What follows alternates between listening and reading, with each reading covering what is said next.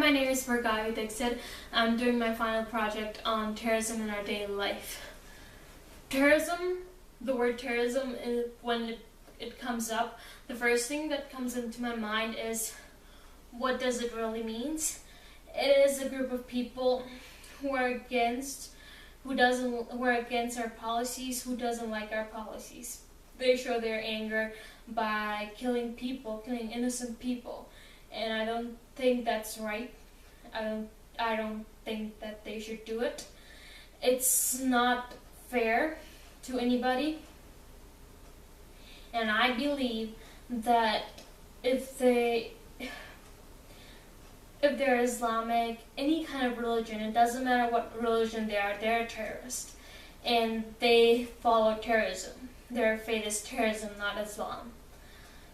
And yes, they are terrorists, and they're killing innocent people for some really unrealistic reasons, and that's not a great thing, or it's not even a good thing. I asked one of the teachers from McDowell to answer a few of my questions, and a student of McDowell High School. He's originally from Syria, and I asked him a few of the questions that I asked the teacher too. My name is Chief Holmes, and I'm a junior ROTC instructor here at McDowell. Nice to meet you, sir. What do you think when you hear the word terrorism? I think of all of the men and women in the United States, and the way that our lives have been changed, and our children's lives, because of acts of terrorism against us. And it's not just the foreign terrorists. We have our own homegrown terrorists, but we don't hear too much about that. And maybe they're just laying low a little bit, but even the Westboro Baptist Church people are terrorists, because their whole intent is to scare people or get some kind of action from people from the acts that they do. Okay, next question. Do you think you're safe in the United States? And are you scared of ISIS threats that are happening? And are you scared of ISIS? I'm not afraid of the ISIS threats. I do believe they or some knockoff or faction of their beliefs will make it here. They probably are already here in the United States. Yes, I'm safe in the United States, but not to the extent that it was when I was growing up. You have to be more cautious. You have to look around. When 9/11 happened, I was living overseas, and it changed the way that we did business, and we no longer wore our uniforms out in public and stuff, and you kind of had to dress like the locals. Here in the United States, people forget. They want to forget, and they won't remember those things. So we let our guards down, and we complain about lines at the airports or have the inconvenience of having to be screened for different things. So we let our guards down, and that opens us up and makes it easier for terrorists to come in here or to people do terroristic actions.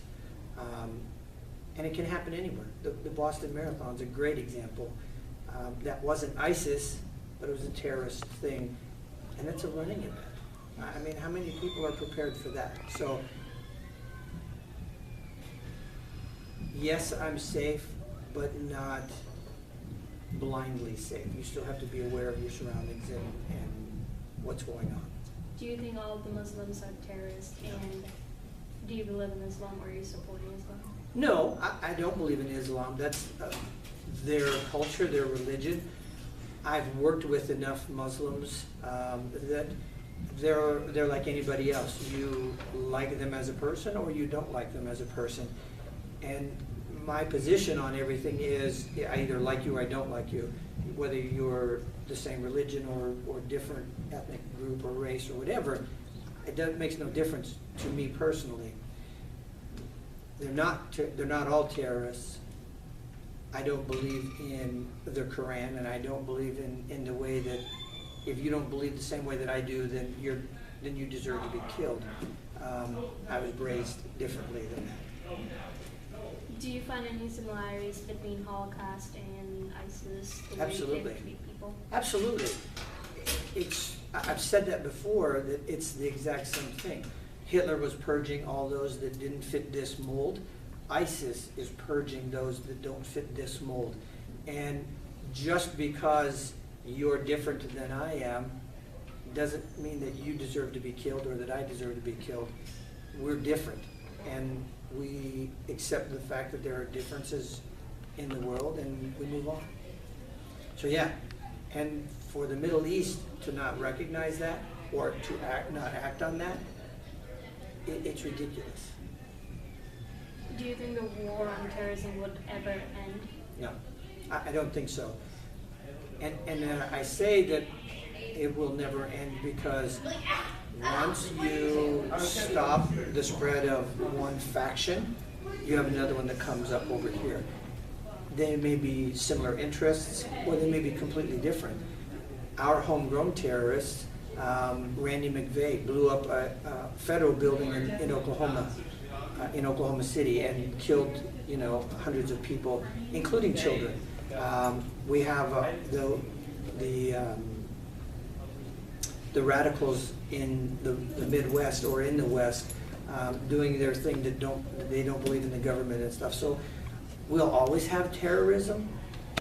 It just depends on the level of their actions. How much worse is it going to get? And how much more on guard do we have to be? Thank you, sir. That was all the questions. Okay. I appreciate it. And introduce yourself. Okay, I'm Jed McCall. I'm from Syria, and today I think I'm going to answer some questions that you're going to ask me. So Okay. Let's start. What do you think of when you hear the word terrorism? Okay, well, honestly, the first thing that pops to my mind is Al-Qaeda, ISIS. Yeah. That's the first thing that pops to my mind. Uh-huh. Do you think that you're safe in the United States, and are you scared of ISIS threats? I mean, I'm safe here in Erie because it's Erie, but maybe other cities, popular and huge cities like New York, for example, Mhm. I think there's some kind of a danger. I saw ISIS more than one time threaten the United States and stuff, so yeah. Yeah. Do you think that all Muslims are terrorists, and are you against Islam? Absolutely not, because there's 1 billion Muslim in the entire world, and I don't think all of them are terrorists, right? So most of them are against what ISIS and Al-Qaeda, and most extreme groups, of course, they're against them, so yeah. Do you find any similarities between Holocaust and ISIS? Okay, so let me make this clear. Most people think that ISIS is anti-Christian or anti other religion, this kind of stuff. But so this is really wrong, because I know a lot of people that got and they're Muslims too, that got killed because of ISIS, and they killed them in a very, very horrible way that you can't even imagine. So they're not they're anti-human. That's what I think. So I don't know. Okay. Do you think the war on terrorism would ever end? No, I don't think so, because there will always be people that think killing others is fine. Yes, so I don't think so. I'm going to end. I have gotten to the conclusion that word terrorism really means a group of terrorists following terrorism, and they're not really following Islam or any other religion. What they're following is terrorism. People like ISIS, terrorist group like ISIS, Al-Qaeda, all this kind of terrorist groups, what they're trying to show is is they're against our policies. They doesn't like our policies. They don't like what we really do. I think what they really should do is rethink their plan, because I don't think that standing up against is wrong. I think that killing people, torturing them, torturing female women, it's not really the right way to treat people, treat human race. And what I really think is they should rethink the ideology of how to treat others. If they're supporting different ideas, they're innocent, and they're not supporting them, they can't kill them like that. It's not fair to anybody, it's not fair to human race. I want to talk about what happened really a few weeks before. We had an ISIS supporter killing a couple people in Canada. We had Islamic extremist person trying to kill our New York police officers, and I don't think that's right. I really think that they should support what they believe, but they shouldn't support any extremist group, any terrorist group, because supporting them makes you a terrorist, and to have a homegrown terrorist is more a shame than having a foreigner terrorist, because I think it shows them that, oh, we really taught what they're really doing right now. But we didn't really taught them. What we really taught them is how to be a human. And that's what really the homegrown terrorists of ours should remember. And I think FBI or any security, our homeland security, anybody should look after the people. I don't mind taking my privacy away, but I want to be safe. So I wouldn't like if another extremist got up and started shooting people, started shooting anybody, because they feel like it. I don't think they should do that. And I believe that they should start thinking about rebuilding themselves, recharacterizing themselves, because I don't think if they do any killing, murdering, it's going to be acceptable. And our homegrown terrorists should be ashamed of themselves, because the food that they're getting, they're killing their own food giver, their own shelter giver. And if they kill us, they won't have a roof, but they would have a weird satisfaction. I don't know what it's called. It's just the people who kill other people, that's what they feel about it, and that's a whole other thing.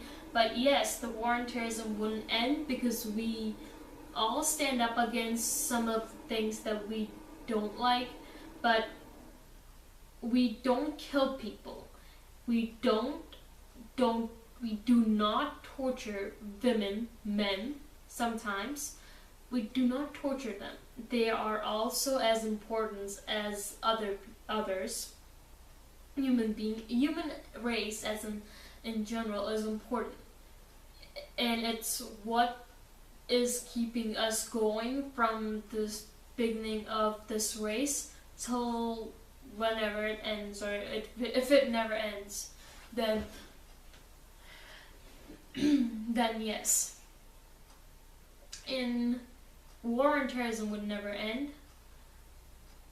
If we want to work hard and try to stop it, we'll stop it to a limit, but not fully. So yes, terrorism affects our daily life, but to a limit. So